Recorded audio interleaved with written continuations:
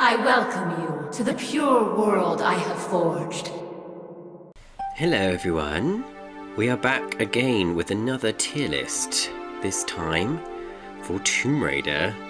The remasters are on the horizon, very close, and I'm very excited for them. So I thought I'd try my hand at another tier list, this time for one of my other favourite series. This list was made by someone called #VP, so please give them a follow. I'll put the link below in the video. So, shall we just dive right in? So, where it all began, Tomb Raider 1.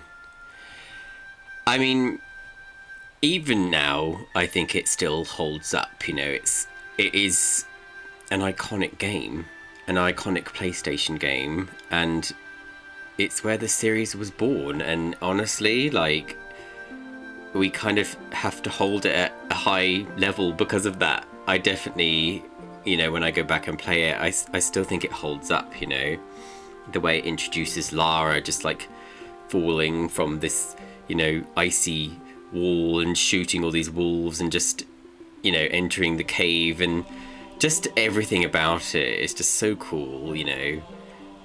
The level of exploration, the puzzles, the platforming, it was really like a trailblazer, I think, at the time, and obviously it did something right because the series is still going today, so it's kind of impossible to look at this game in any negative way. I mean, I think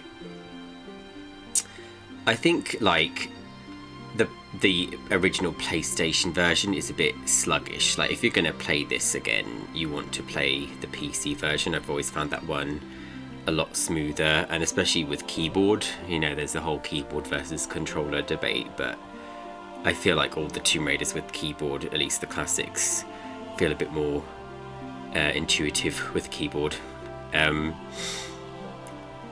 But I mean, I could just gush about it for hours, but like the level design, the locations, you know, they all still look gorgeous, and it introduced us to Lara. So it's, I mean, I don't think anywhere else it has to go here. An A.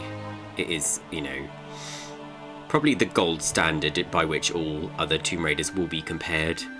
You know, I mean, I love the environments, I love the bosses, you know, I think Larson, Natla, Pierre, they're all great and fun characters. You know, the crazy sort of Atlantean levels, and just how it goes from, you know, quite sort of what you'd expect from a Tomb Raider game with the ancient sites, and then it goes to Atlantis. It just shows you how sometimes unexpected and off the wall it can go, which is a real treat to see. So yes, and because of what it started, this amazing franchise, I salute you, Tomb Raider 1. Right, so its immediate expansion, TR1 Gold, also known as the Unfinished Business, is a fun little level set. There's only 4 levels. Lara goes back to Egypt and can access new areas like the Temple of the Cat, and then also goes to a hive from Atlantis to sort of stop them breeding more mutants. And it's a really nice little expansion. If you're a fan of Tomb Raider 1, it's just basically more Tomb Raider 1, so like it's going to be good. It's just like more of the same though, so there's not really much more I can say about it. I think the levels themselves are really cool and really interesting, and it's definitely nice to see like how they take a level from Tomb Raider 1 and then you revisit it and you find new stuff in it. That's a really cool idea. And I think though that the levels are the wrong way round from what I've heard. Like I think you were supposed to start with the Atlantean levels, and they're supposed to be set right after Tomb Raider 1, so basically as she slides down the pyramid as she's escaping it, but then that wouldn't really make sense because wouldn't it be exploding? But maybe I'm just thinking too much about it. There's not really much more story here, so yeah, I mean, it's fun and it's good, but there's not really much else to say, so I think B is fair. Like B, I've always said like B is the middle ground. It's like basically these games are good and there's, you know, they're solid games, but they have to do something a bit more special to go up a level, so that's why it's in B. So, Tomb Raider 2, the big action-pack bombastic sequel. So, this was actually my very first Tomb Raider game, and I can't lie, I still love it to this day. Like, it definitely took the formula that 1 did and it, you know, improved upon it. She has, you know, more movement now with her jump twist, and, you know, being able to roll underwater. Little sort of quality of life changes. She has her braid now, and she's also voiced by Judith Gibbons, who's my favourite voice actress for Lara, so I'm kind of a bit biased. But I think also what I like about this is that it has such a diverse range of locations. You know, you start off at the Great Wall, and then you go to Venice, then you're in an underwater, you know, shipwreck, then you're in the, you know, Tibetan foothills. It's just like, there's so much variety there, and it really gives you a sense of this sort of worldwide adventure and a kind of race against the clock against, you know, Bartoli and his goons. And, you know, all the weapons, there's so many more weapons in this game, and some of them are pretty crazy. The fact that you can use a grenade launcher is kind of hilarious. Yeah, I mean, some of the levels as well, like, something that I think 1 did really well, and also with 2, is the kind of layered history. The fact that you know, you go into Venice and you find all these rundown places, but then as you go deeper, you find the opera house, and then as you go deeper, you find the shipwreck, you know, and it leads you to the catacombs, and then, you know, there's always like layers and layers of history, and the series has always been really good at doing that, and 2 sort of continues what 1 did. And I think it generally just feels like a sort of bigger, more bombastic sequel. Like, some people might say, you know, the gun enemies are a bit much, and they can be frustrating, but no more frustrating than the Atlanteans in the first game. You know, sometimes games just have those enemies, don't they, that are a pain in the neck. But I mean, yeah, I don't know what else to really say. I love it, so it's going in S. Sorry, Tomb Raider 1, but Tomb Raider 2 broke my Tomb Raider cherry, and I will love it forever. So then the Tomb Raider 2 expansion, called The Golden Mask. And so this one, I think, is an improvement over the Tomb Raider 1 Gold, because it kind of, did its own thing. Like, the levels all feel very unique. It's not just more TR2, but kind of like what 1 Gold is for 1. You know, you have the sort of abandoned sort of Russian base, and then you have you have the Ice Palace bit, which does kind of put Tomb Raider 2's Ice Palace to shame. You have the golden sort of sanctuary and the golden waterfalls, and the just all the awesome looking tombs and things, and then of course the crazy bonus level with Nightmare on Vegas. It's one of those levels that has to be seen to be believed, really. And again, it doesn't have much of a story, but I appreciate that they did something different with the TR2 engine. And again, as a little expansion, I think it definitely stands more on its own than perhaps 1 Gold does, so I'm going to put it in A. Tomb Raider 3. I'm not going to lie, Tomb Raider 3 is my favourite Tomb Raider game ever. I think why I like it more than 2 is because it, like 2 did for 1, 3 takes what 2 did and improves upon it. It tweaks it, you know, refines it. I think the biggest thing being, obviously, now she has much more versatility with her moveset. Lara can now crouch, she can sprint, you know, monkey swing, all these different things. And, you know, her weapons are expanding, and they're just crazy. You have a rocket launcher, you know, it's just hilarious. And then obviously the vehicles, I mean, 2 obviously had the boat and the skidoo and things, but this one has, you know, the amazing quad bike, which is just so much fun to ride around on. And also, one of my favourite things about Tomb Raider, which this game in particular does so well, is letting the player choose which path to take. The fact that even in the first level, you know, you can slide down the slope, and you can choose to, first of all, before you go all the way down, explore the trees at the top to get a secret, or when you go to the bottom you can go to the left, you can go straight. You know, there's so much of that in this game, so much non-linear sort of exploration, which is kind of what Tomb Raider is all about. You know, it's about exploring and finding things and being rewarded for exploring, and Tomb Raider 3 just does it so well.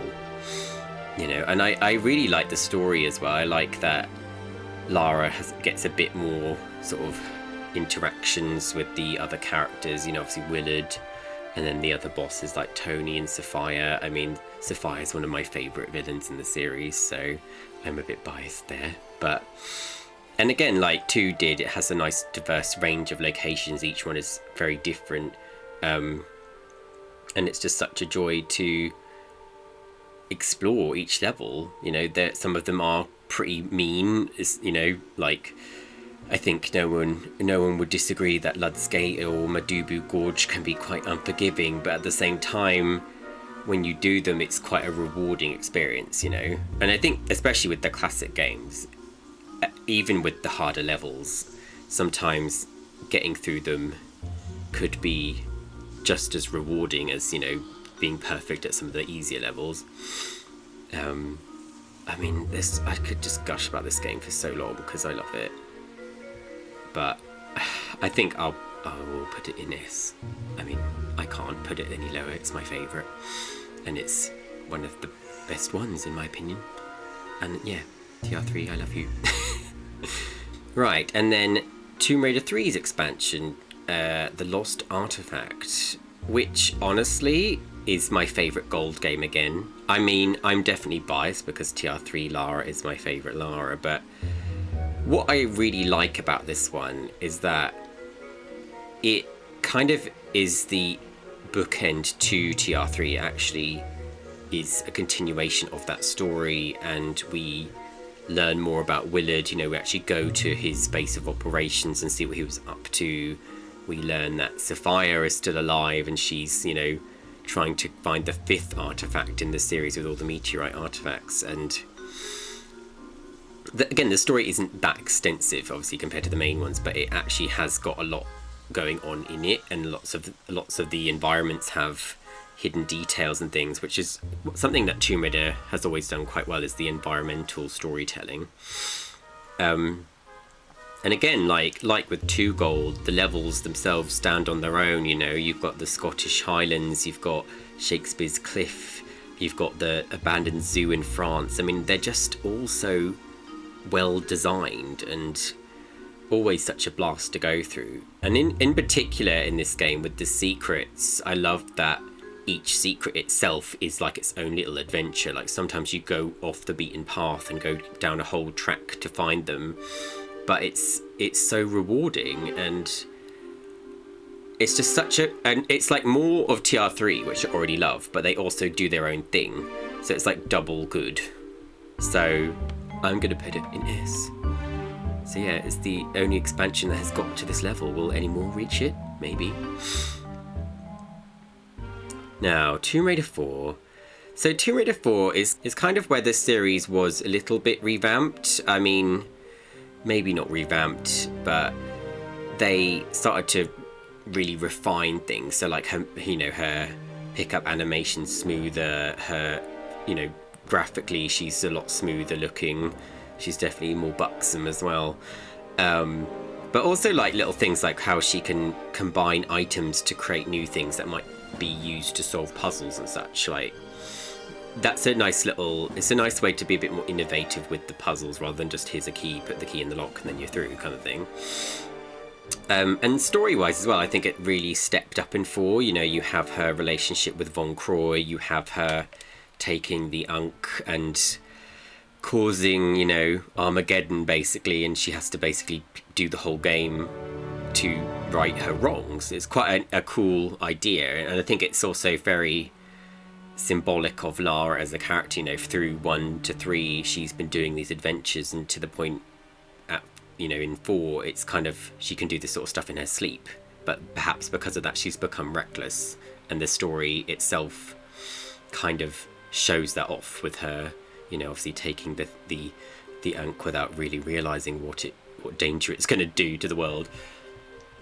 I think Von Croy, you know, is a really interesting character. Her dynamic with him is really interesting as well. It's nice to see her have a sort of more personal relationship with someone, and also with Jean-Yves, you know, having an ally for a change, which isn't really something we've seen before up to this point in the series.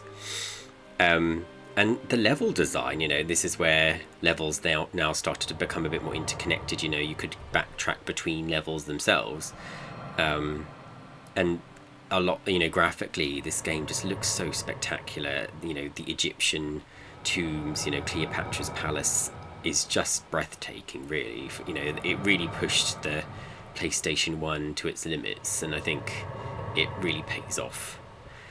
But the things that hold it back for me personally is that I think it is such a long game that sometimes it can end up feeling a bit bloated, you know. I think all the way up to the Cleopatra's Palace level, it's a really just awesome time. You know, there's a nice variety of levels there. They all look great. There's some really cool puzzles and interesting enemies and things to encounter.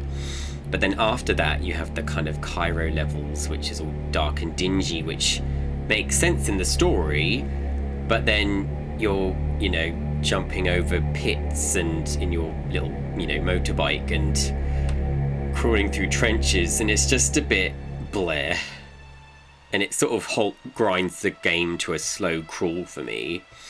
And it sort of slowly picks up as you go to the Sphinx, but then you have all those like kind of underground areas where you've got to shoot the lion statues and do the weird little puzzles, and it just seems to go on forever. And I just feel like it could have had a bit of nip and tuck when it came to the length of it, because it was just a bit too much. It felt too much like a slog, really. But the ending itself, I mean, is quite the gut punch, isn't it? Like, yeah, I think it deserves an A. Because it did some really cool things for the series. It sort of started to evolve a little bit more, and especially with the story, like it really started to flesh out Lara and her relationships with the other characters, and her as a person, you know, the fact that she had got to that point where she was so reckless. But I think it is held back a bit because it is such a slog to get through sometimes. Even though there's some great stuff, sometimes it feels a bit too much. Right, Tomb Raider 5, or Tomb Raider Chronicles as it's known, so the last PlayStation title. This one, sadly, seems to be the kind of unloved fifth child of the series. It's... Even the developers, you know, you can kind of tell when you play it that they were running out of steam, and a lot of levels weren't fully realised, and they're all the levels in this are fairly simple. They're not like super complicated. I mean, I like the game itself quite a lot. I think it's got some really lovely moments. It's nice to see like Lara's earlier adventures and you know how she interacts with Larson and Pierre, and you know the variety of stories here is a really cool little collection. It is a little bit I would say flawed. I think, you know, the levels are quite simplistic. It does feel a bit of a step back compared to 4. You know, you've got some new mechanics like the tightrope and the pole swing, but they're not really...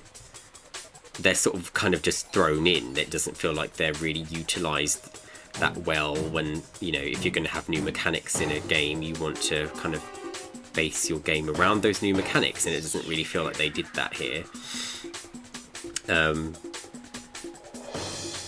Yeah, and this, you know, the VCI levels are kind of infamous for how buggy they can be, and also how tricky they can be. You know, it's the first time Lara's in a combat situation without her dual pistols, so it can sometimes be a pain in the neck. But I do still love it. It's a shame that it wasn't as polished as it could be, because I think, you know, 4 was definitely a more polished title and felt complete, even if it did feel a bit too long. I think Chronicles almost feels a bit too short. If they just sort of... They could have either added another section, or they could have fleshed out the levels they already had. But, you know, you can sort of tell it was rushed together. and it's a pity because there's some really cool things here. I mean, I think, you know, the Rome levels are always a joy to revisit, and even VCI, as hard as it can be, it's like, it feels very Mission Impossible. So it's, you know, there's fun to be had here, but it's definitely, I think, the weakest of the classic games. So I think I'll be fair and put it in B, because I do love it, but it is flawed. Now we're on to Angel of Darkness, so the first sort of PlayStation 2 era game. And it's definitely probably the black sheep of the series. It's also considered a kind of cult classic, and I can understand why. You know, they tried to do something very different with it. It employs all these different ideas and different almost genres, I guess. You know, you've got her upgrade system. As she proceeds through the game, she gets stronger now, and being able to have the dialogue trees with the NPCs and even having NPCs to talk to is interesting. You know, her stealth mechanic, her melee combat, there's so much going on, but as anyone who knows, it is an unfinished game, so a lot of these ideas are kind of half-baked. Like, you have stealth, but you absolutely don't have to use it if you don't want to. You literally don't get penalised at all if you don't use it. And, you know, it's a shame, because it was obviously supposed to be much bigger than what we got. Because what we do have, there are some, I think, glimmers of light there. You know, obviously it has an incredible soundtrack, I think. When you get into the tombs and such, you know, they are so cool. You know, the Hall of Seasons is just such an iconic area, and it's beautifully designed. And some of the traps, you know, are so dastardly, and just the story as well, you know, again, like with 4, it really upped the story, but again, it also suffers because it was so rushed and because things were cut. There's lots of things about this story that are kind of like, you kind of question, you know, spoiler alert, when Carell is revealed to be the real villain behind it all at the end. It's kind of like, it just feels like a twist for the sake of it, and I was just kind of like, oh, okay, that's cool. Like, it's a pity. It's the same like with Curtis, you know, having the first game in the series with a second playable character, and he has all these cool abilities and he does all these cool things in the cutscenes, but then you play him and he's basically just somehow a more clunky version of Lara. And I mean, especially the movement in this game, you know, she's very tanky, and it's a real shame, because there are some really cool things here, and maybe, you know, in some sort of alternate timeline it was fully realised and it was one of the most iconic Tomb Raider games ever, but as it stands, you know, it is unfinished, and even if you want to list all the things it could have been, that isn't what we got. You know, we kind of got something that has lots of ideas in it and had all this ambition, but in execution I think it does fall flat, and it's a shame, and I'm probably going to be lynched by the fan base here, but I'm going to put it in C, because it is so flawed. And I know we love games despite their flaws, but sometimes, like, especially when I finish it, I'm usually kind of happy it's over.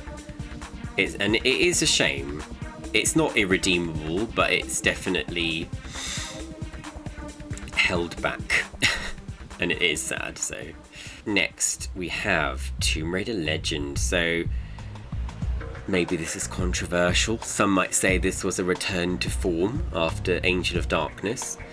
And this is also sort of, I guess, the first time the series was rebooted. I don't know if it was ever actually called a reboot. That might have been a bit before that term was used, but it was definitely a kind of relaunch, I guess, of the series. And honestly, it was a breath of fresh air, you know. It really went forward and did its own thing. It really feels like...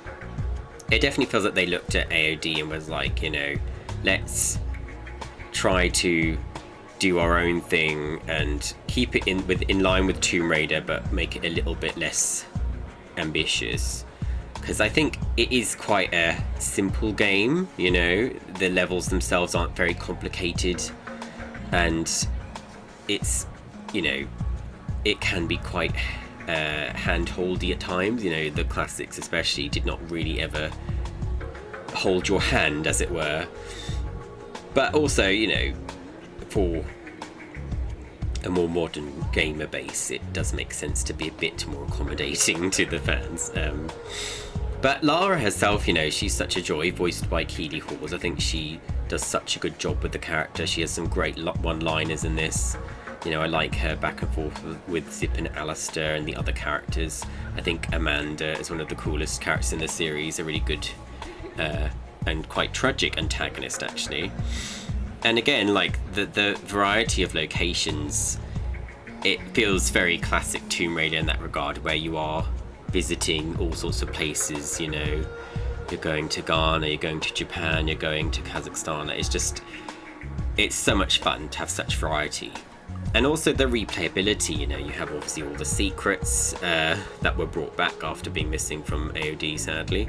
And then you have all the extra things like her unlockable costume. She has so many cool costumes in this game. The time trial mode, Croft Manor, it's just so chill. It's so lovely. And also, like, you know, her movement, the gameplay itself feels so smooth. It's just such a joy to play. You know, just honestly, like, I used to just do, you know, her acrobatics from point A to point B to see how many you could do, and you could just do it in an infinite loop, and it's just so fun. Her grapple, you know, it really offers a bit more versatility with her movement and even with puzzle solving. So, I mean, I could gush about this for hours, like I've been doing with all my favourites, because yes, it is an S. Definitely a return to form, I would say, and an exciting way to relaunch the series. Tomb Raider Anniversary, so the remake of the original Tomb Raider in this sort of style of Legend. I think it is a worthy remake. I know some people don't care for things like there's lots of extensive corridors and such, which, yeah, is a bit of a slog.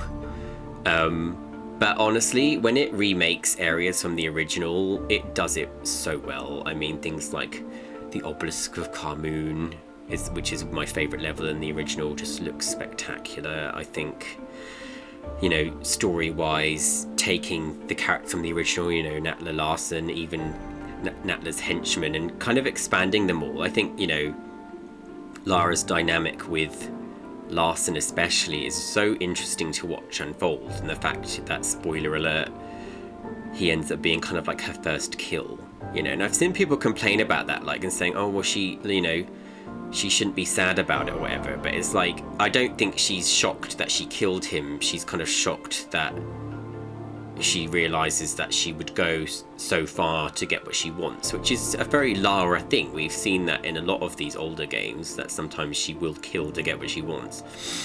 And just like Natla and her plan, she's a really iconic villain and one of my favorite characters in the series as well. So to see her, you know, and her evil plans, and just the way she interacts with Lara, it's such a fun dynamic. She really feels like sort of Lara's arch nemesis in this game. And again, you know, it works on what Legend did when it comes to the gameplay, you know, the grapple, and using the grapple as part of the puzzle solving and the platforming. The adrenaline dodge actually is a really cool little feature, and it always feels satisfying when you pull it off. Yeah, I just think I would probably put it on par with the original, so I'll give it an A. Again, it has some cool features from Legend, like the costumes. The fact that you can play as like the doppelganger and Scorched Natla is pretty hilarious. And even Gold Lara, you know, replicating those iconic moments from the original. And it's sort of, you know, the areas it remade from the original sort of one for one, it also kind of expanded on them and made them feel almost like real places. And then but then on the other hand, sometimes some of the platforming, and like, why did the ancient Egyptians have blades coming out of their walls and stuff? So, But honestly, like, when you do the platforming right in this game, it is so satisfying. So I think it deserves an A, along with its namesake. So, Tomb Raider Underworld. So this is sort of like the next generation of Tomb Raider on the PS3. And it sort of expands on what Legend and Anniversary did when it comes to like the story. It combines those two in a way. You have obviously Amanda returning and Natla, and Natla's ambitions to, you know, destroy the world or accelerate evolution or whatever the hell she was doing. And I do like Underworld a lot. I think for me what holds it back though is that her animations always felt a bit jerky and unnatural to me. It's almost like the opposite problem to AOD, where AOD felt really sluggish at times. Underworld, it's sometimes like she's, you know, she's magnetic and will just like zip to one ledge to another, and it just kind of looks a bit weird. I really like the story. I like that it wraps up aspects from Legend and Anniversary. It, you know, obviously wraps up the mother plot line, and it has some quite interesting plot twists that you didn't see coming, which I appreciate that they went there. And it's nice to see continuity, obviously, with Zip, Alistair, and Winston, and then Amanda, of course, returning, and then Lara finally sort of defeating Natla. And the doppelganger as well, you know, is such a fun sort of villain, and she's really fun to see. It's always fun to kind of see her kicking Lara's arse. I do really love the levels as well. I think while obviously Legend felt quite linear and quite short, and in some ways Underworld took, you know, each section and made each level almost feel like their own little open world, you know, with like Thailand. I mean, Thailand is so stunning. But the fact that you can sort of go in there, explore, and then you come out again, and, you know, the extra mode with the treasure hunt mode, being able to revisit these areas that you've already visited is such a nice little idea. It really encourages, and again, there's something I would call classic Tomb Raider exploration and being rewarded for exploring. You know, you find secrets, you find all these little hidden things. It's sort of peak Tomb Raider to me personally. And the layered history aspect, the fact that you find, you know, you go to Thailand and find all these beautiful sort of Thai ruins, and then underneath you find Thor, and it's like Tomb Raider's always been really good at layering its history and being like, well, this is the truth behind it, and you just didn't know, kind of thing.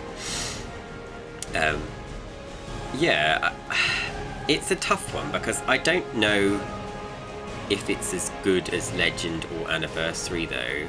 They really expanded her moveset, you know, it's quite extensive now, the way she interacts with the environment, and things like the fact she doesn't just pick up a sort of a pole from the ground, she'll do like a front flip while grabbing it because she's so confident and she's so skilled at this point that sort of thing, you know, she can do in her sleep. It's such a cool way to show off the character and how strong she is without her actually having to say it.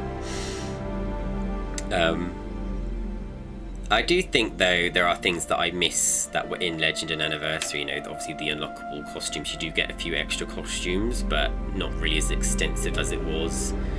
You have the treasure hunt mode, but you don't really have, like, the time attack mode or anything like that. But I don't think I think it's good. I'm going to give it a B, I think. Because, like, the animations, I think, hold it back for me, and, like, I think there's a little bit of lack of polish in some areas, which is a real pity. And I almost feel like they could have just stuck with the kind of Legend style movements, and at least they would have been more smooth and fluid. But it also did some things better. I think like the levels themselves are more open. It feels much more like you can explore to your heart's content, you know. It's not as linear. But yeah, I also kind of think it's sad that as a PlayStation player I didn't get to try the expansions, which is a shame. Like, console exclusive content sucks. Right, so next we can go to one of the first sort of spin-offs, which is Lara Croft and the Guardian of Light. So the Lara Croft games are sort of supposed to be their own kind of series, I guess. And this is okay. Like, I only ever really played it single player. I feel like if I'd played it with other people, it would have been a lot more fun. But it's not one I really revisit very often. I think Totek's a fun character, and he's interesting enough for his, you know, dynamic with the villain.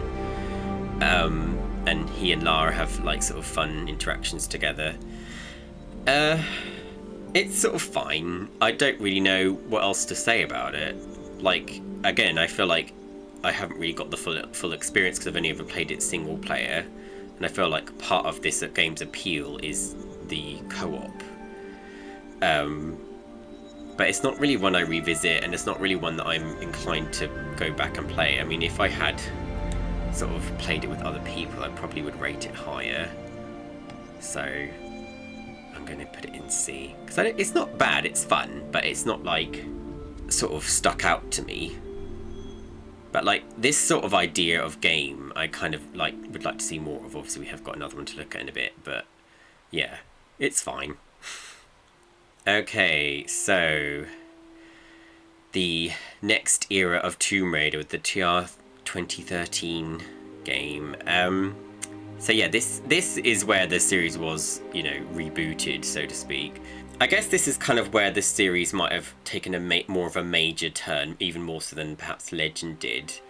And some people don't care for it, and I kind of understand in some ways, because it does feel very, to me, kind of generic modern action game. You know, there are lots of other games that look kind of like this, you know. There are lots of other games that kind of look like this. It's kind of that cinematic action game sort of thing, like it's, you know, like Uncharted, like the more modern God of Wars, like Assassin's Creed, you know, and it looks great, you know, it's visually, you know, breathtaking, but it does kind of lose a lot of personality compared to what some of these older ones did, I think. But as a game itself, I think it's a lot of fun. I like that they tried to shake things up a lot, you know, the fact that Lara can craft, you know, and create her own healing, you know, improve her weapons, upgrade her weapons, you know, learn, you know, the skill trees and things which were sort of tried in AOD is sort of, I think, done much better here. And open world Tomb Raider, you know, being able to explore this island, you know, and find all the different wrecks and the historical, you know, Japanese sites, you know, the hidden tombs as well. You know, some people say they took the tombs out of Tomb Raider with this game, but I don't think that's really true. I mean, the whole myth or legend of Himiko is very Tomb Raider, you know, they've always sort of played with real world history, like obviously with Atlantis and stuff, so I don't think it's too different. And obviously the infamous scene of her first kill and her reacting that way, only to then go and gun down loads of other men, like it's got a bit of dissonance to it, hasn't it, compared to the gameplay and the actual story. But I always have a good time when I play it. I do think, like, it's nice to see a more sort of inexperienced Lara who's perhaps a bit more clumsy and perhaps needs to sort of learn how to fend for herself. But also this one I think does quite well. Well, I think this one does quite well when it comes to her. This whole trip is her own kind of idea, isn't it? She wants to discover Yamatai. She's the one who suggests that the crew sail, you know, into the Dragon's Triangle. She has got some bite to her in this game. I like that. Obviously there's the famous "you bastards" line, and there's a few others where she kind of sticks up for herself vocally, and I appreciate that, because they kind of forgot about that in the sequels, but we'll get to that.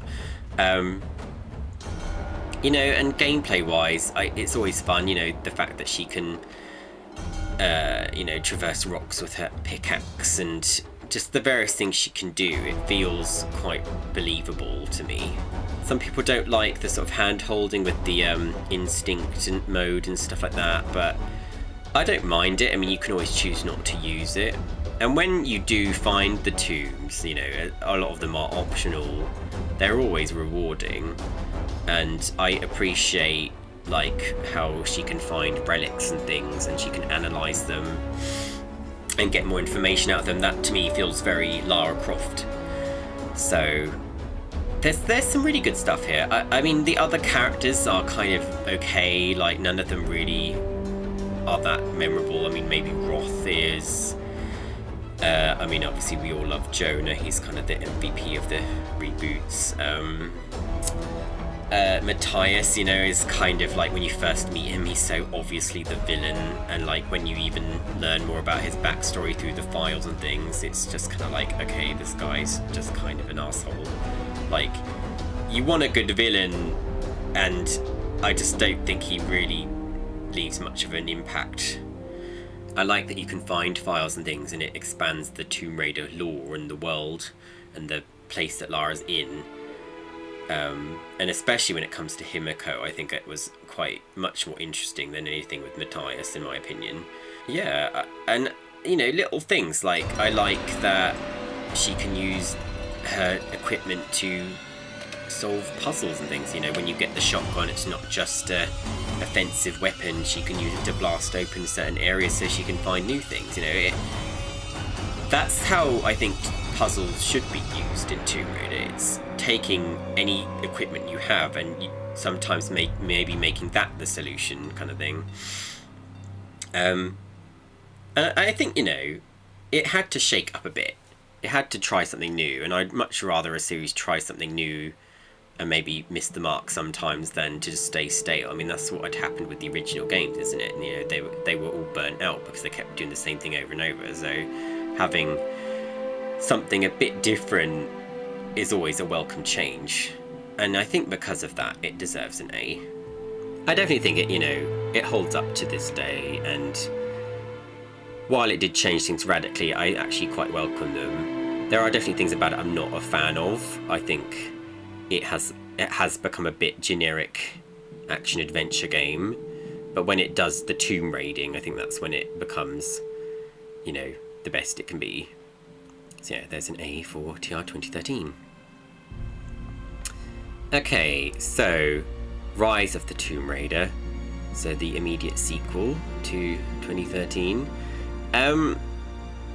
I think, you know, this one visually is absolutely stunning, even now, like for a PS4 game, you know, having it on PS5 as well, it just is breathtaking. The locations, you know, the underwater kind of ice caves and the, you know, the temples and things, it is gorgeous. And there are additions in this that I really love. I like that she can now analyse sort of murals and plinths and learn dead languages that then give her access to hidden areas. You know, again, that feels very Lara Croft. I think, honestly, though, the biggest thing that holds this back for me is the story. I feel like she, you know, Rise of the Tomb Raider could have been the title for the 2013 game. This game, she should just be the Tomb Raider. You know, this is when the father plotline really started to hit home, and it was a bit exhausting, in all honesty, because we've had it before. Obviously, we had her sort of parents mentioned in the LAU games, and then obviously the Angelina Jolie movie, but then they do it again here, and it just feels a bit reductive. Like, why is she doing this stuff for her father when in 2013 she was doing it for herself, as far as we knew? And then again, the story's fine. It's nothing like radical like the other characters, like Jacob and Sophia are fine. I think Anna and Constantine are definitely much better villains than Matthias. I quite like that we get to see their dynamic together, and the fact that Anna kind of manipulated Constantine, it makes him almost a more tragic villain, I think.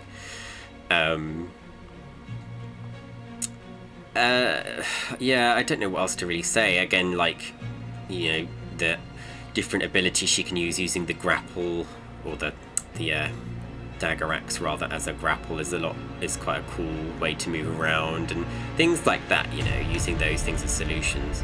What I think this game does best is the tombs.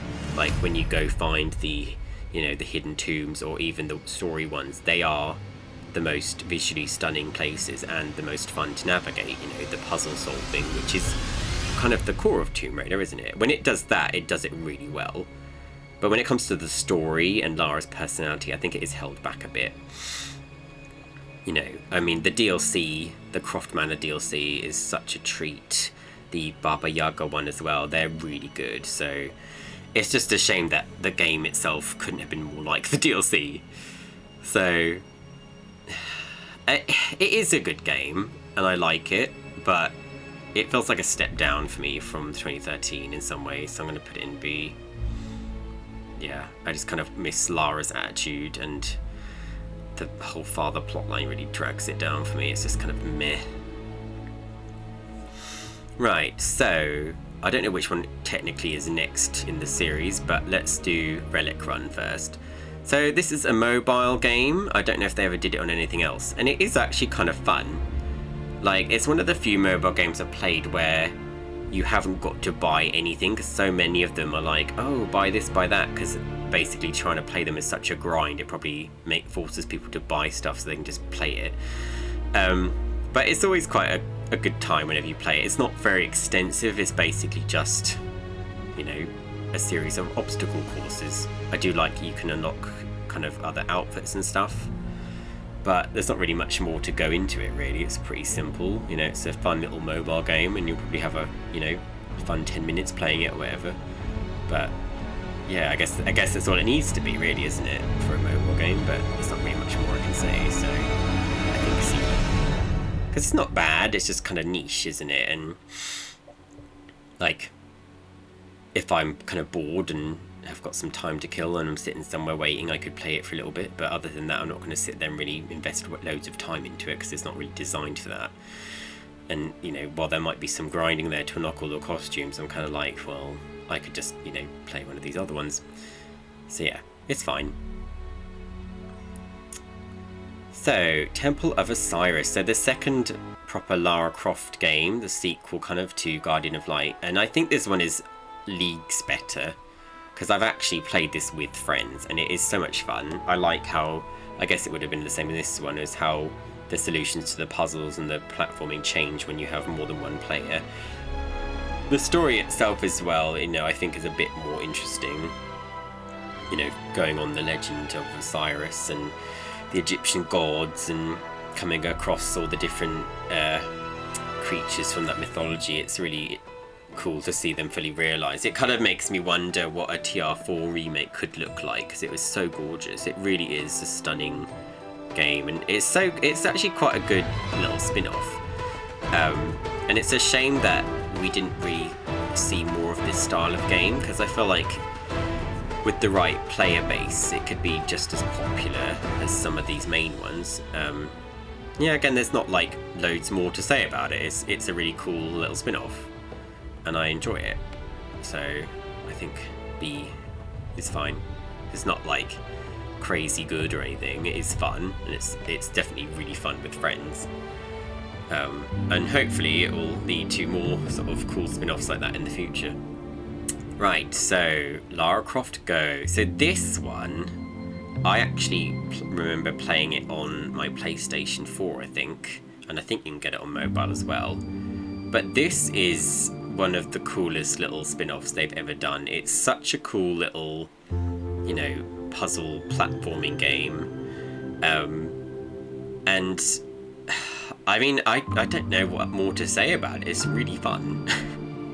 You know, again, there's not much of a story. It's just kind of like, it's got this sort of addictive gameplay where it's almost like, it's almost just a puzzle in itself, trying to proceed through the level. You know, you've got to consider where the enemies might pop up, how, you know, the timing of the traps and all that sort of thing. And it's a cool way to translate Tomb Raider into a more sort of, I guess, a mobile game, isn't it, really? Even though I played it on console. I kind of wish they would do that for Relic Run and also Reloaded, because, like, I think when you can play them on console, you get the full benefit of it. Maybe that's just me. And, you know, little fun little unlockables, the costumes and stuff, it's really nice. So, yeah, but again, it's not really much more to say about it, but I am going to give it an A, because I had a good time playing it, and I think I will have to revisit it soon. Right, so Shadow of the Tomb Raider, which is, I guess, the last major release we've had until we get the remasters.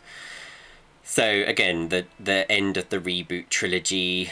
taking what the reboot games have done. And I think this one, especially gameplay-wise, really tries to improve upon what the previous ones did. The fact that you can toggle how difficult the game is, you can turn off like the instinct mode, you can get rid of the white paint so you know it doesn't feel so it doesn't sort of ruin the immersion, things like that.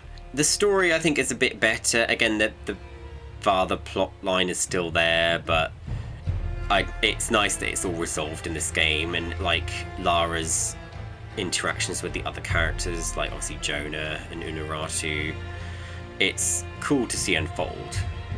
I like Onya, the Crimson Fire Priestess, is a really cool character and visually really just spectacular. And it is kind of like the TR4 of the reboot games, you know, the story is a bit more extensive. I feel like, you know, the impending sense of doom, I think they probably could have done a bit more with it, like there's like the scripted like earthquake and things like that, but maybe having it a bit more precarious as you proceed through the game. Like at least 4 did that with the atmosphere. It doesn't really feel that they did it that well in Shadow. But again, as with 2013 and Rise, where it shines the most to me is with its tombs and with the exploration and the puzzles. Like when you are playing the reboot games for that, it feels very Tomb Raider to me, very classic Tomb Raider. And there's obviously that infamous scene where Lara goes all predator and comes out of the water and just starts killing everyone. It's pretty like jaw-dropping, but at the same time it's a little bit try-hard to me. I feel like you don't have to have her become a merciless killer and then cry about it. You could just have her kind of accept that she might have to sometimes kill people to, you know, get what she wants. And especially if they're, you know, trying to kill her, I don't think it's like terrible for a character to have that kind of realization. They did that so much better, I think, in Anniversary, to be honest, with her, you know, first kill with Larson. Yeah, I think, you know, gameplay-wise, the variety of different weapons, I like that. I like the different kinds of arrows, like the poison ones, and then the ones that make the person you hit gonna go crazy and attack the other people. That's always really fun. The stealth is much better in this game as well. It really feels like you can be more stealthy if you want to be. This is probably my favourite of the reboots, and I think it does some really cool things. Again, the DLC tombs especially are just so good. Like, very classic Tomb Raider. But yeah, and you know, the photo mode is a lot of fun too. So I think it deserves an A. I definitely like this one a lot more than Rise, and it does some really cool things. And it at least wraps up the reboot storyline and the trilogy and the whole father plot line. So, and the fact that you can toggle the difficulty, you know, for a lot of classic fans, I know that they put the exploration and puzzles to the hardest mode, and it had, like, I remember getting genuinely stuck in it, which was quite refreshing really, because so many games now hold your hand, so it was nice that it actually offered some decent challenges. So yeah, we'll have to see where they go from here, won't we? So, Tomb Raider Reloaded, another mobile game. It's fun. It's very grindy. There's not much else I can really say about it. It sort of is a retelling of Tomb Raider 1, and Keely Hawes comes back to voice her, which is always a treat. They also had Shelley, Janelle, and Judith do voices for Lara too, but I don't know if they've ever come out yet, which is a shame.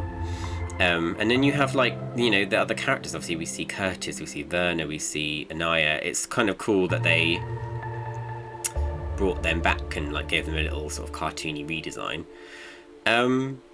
But yeah, I mean, I play it every so often and it's fun, but it's quite a, as with a lot of mobile games, I find it's quite a grind. So unless you sit there and play it for hours and hours, it'll probably take you a long time to get through it. So I think I'll I'll be fair and give it a C, you know, just like Relic Run. It's fun, but it's not really something I'm going to invest loads of time into because I just, you know, it's too grindy really. But it's just nice to have more Tomb Raider stuff. So yeah, the remasters, I haven't played them yet, but they're obviously going to be shit. No, I'm kidding. Well, just the fact we're getting the remasters is A tier. I mean, obviously we haven't really seen that much yet. We've seen some different, you know, clips for TikTok and whatever, and the trailers and stuff. So I guess I'll only really know when I play them. But really, it's just going to be more of the classics, but with a, you know, nice shiny coat of paint, and, you know, things like the photo mode are going to be very exciting, and the fact that we can play the gold games on PlayStation now is really cool. But yeah, again, I'll probably know more when I play it. It'll probably mostly be based on how it looks aesthetically. What I've seen so far, it looks stunning, and I'm very excited to try it. And again, it's such a treat because a lot of us have, you know, fans have been asking for these remasters for so long now. We're finally getting them, you know, it's literally just under a week away now. So yeah, it's going to be a very good treat. But there we have it. Here are the rankings for all the games. I haven't put any in D tier. None of them are completely trash, which is good. But yes, I mean, 3 will always be my favourite, closely followed by 2. And then obviously Gold and Legend. But yeah, it's a really solid series. Like, even some of the, like, AOD, I would argue, is probably the most flawed game. But even that, you know, you kind of have to respect its ambition and the fact that it tried to do something new, but it didn't quite stick the landing, as opposed to maybe Legend. But yeah, I mean, I love this series, and it's again, with the remasters, it's just so exciting to get to revisit these old classics. So yeah, I hope you enjoyed this tier list. Please let me know which games you would rank where for yourself if you were to do one. So as well as my YouTube, I also do stream on Twitch, the 13th Elysium, so the same as my YouTube channel. We do stream lots of Tomb Raider, and we will be streaming the remasters in about a week, so that will be exciting. Yeah, and I might do more of these in the future. I don't know what for. Maybe some Tomb Raider themed ones, maybe some Tekken themed ones, maybe some other series that I like. I don't know. I'll have to have a play with it. Yeah, please check out these other videos below. I just ranked all the bosses from Tomb Raider 1, and we will probably try to do the other games in the series, at least up to maybe Legend. So yeah, enjoy them, and I will see you all in the next one. Ciao for now.